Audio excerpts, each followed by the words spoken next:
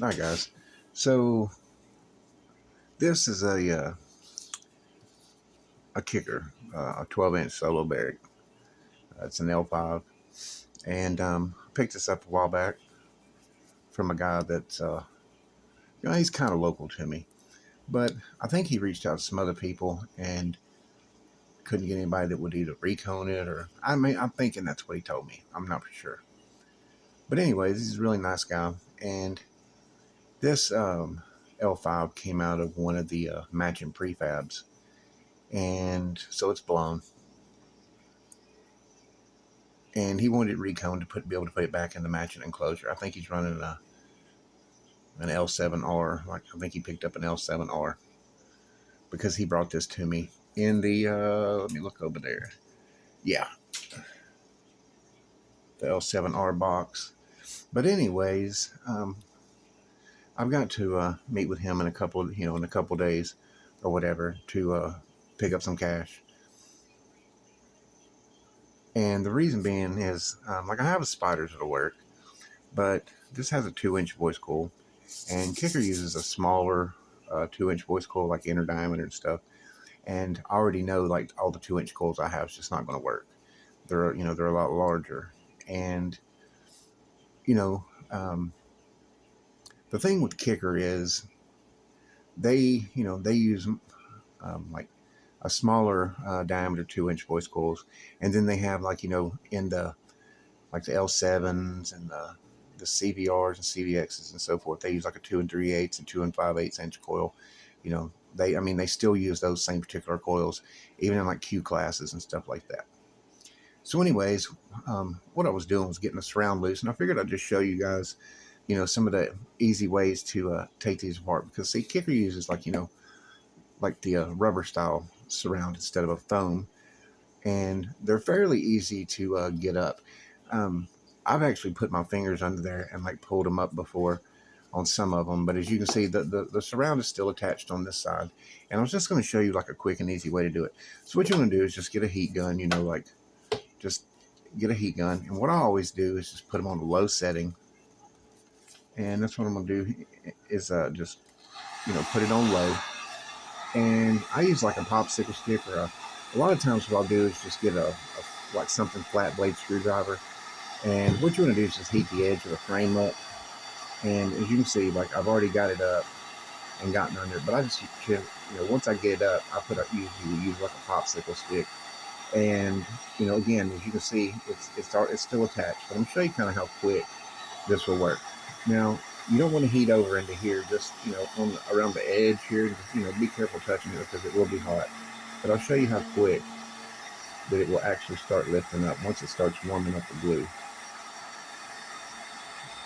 And what I do is I don't just focus on one area. Like I'll just warm it up in a big section here, like about halfway down each side of the frame, just heat it up.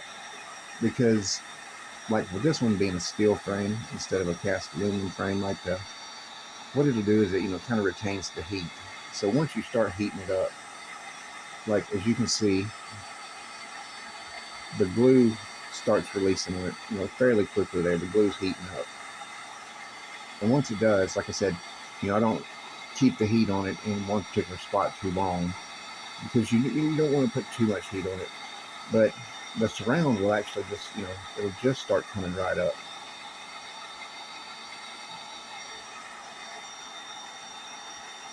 And the reason I like to use something like a popsicle stick or like something plastic is because you just don't want to puncture the surround. Again, it's a rubber surround. You don't want to tear it or puncture it or anything like that.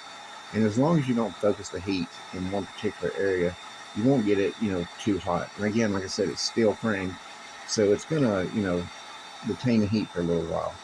But as you can see now, like the surround itself, just, it starts coming right off.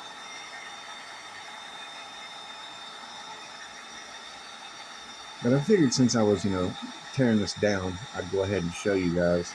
Um, and again, I don't focus the heat in one spot for too long. You know, I just, kind of move it back and forth and so forth just to disperse the heat evenly.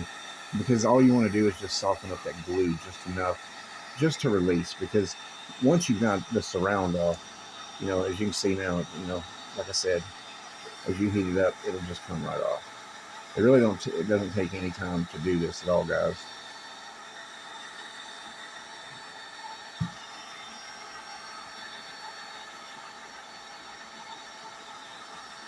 But once the surround is lifted up, um, once you got this out, you can get the residual glue off the back of the rubber surround fairly easy. And as you can see, it starts coming right up. And you're not distorting the actual rubber by doing this, but I just wanted to show you how quick it will actually release here.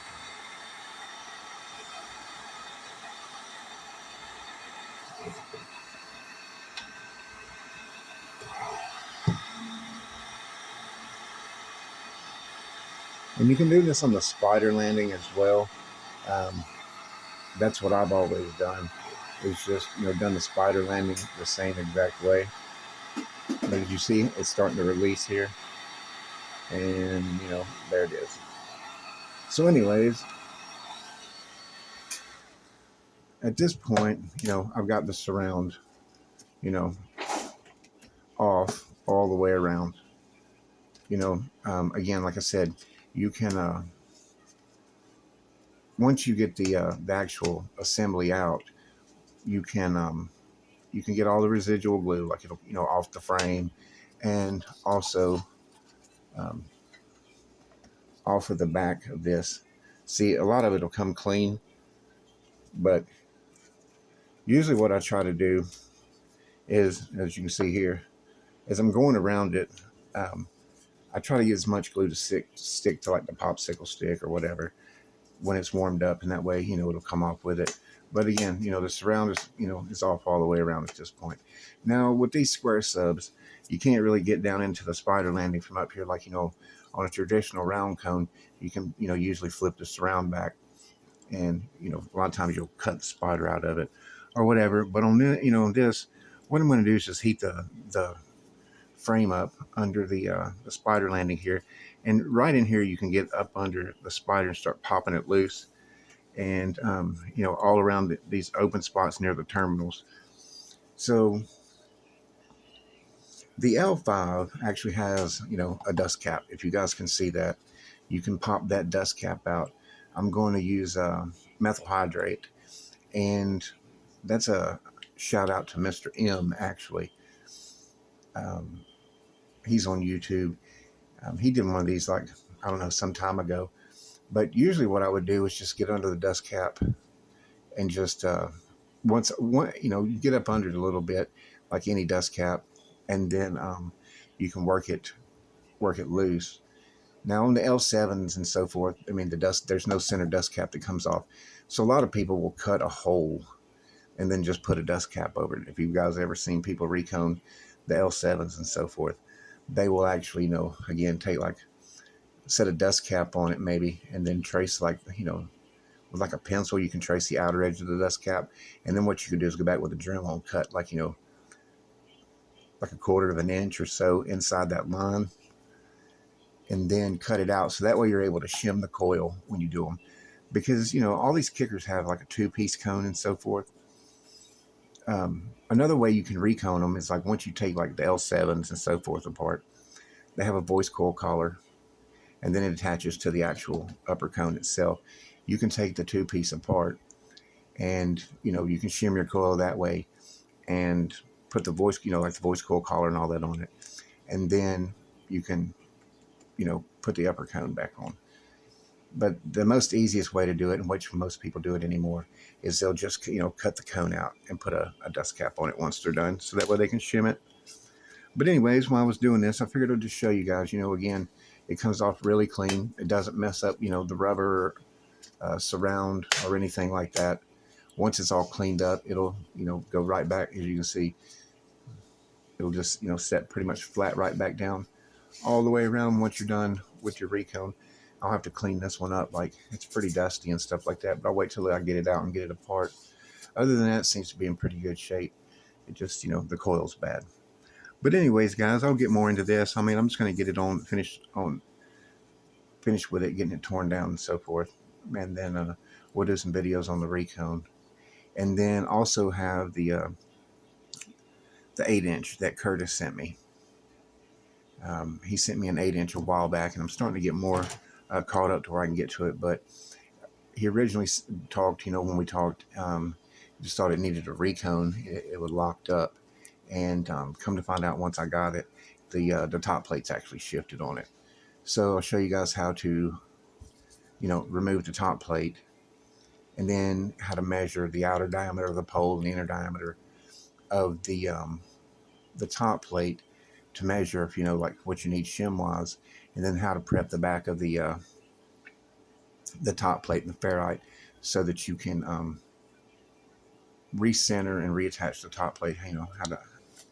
How to get that done, and then they'll do a recone on it. But anyways, guys, I just wanted to do this real quick and show you guys how easy these are, to get apart, as far as like the surround, and how, like the easiest and best way to do it without, damaging anything.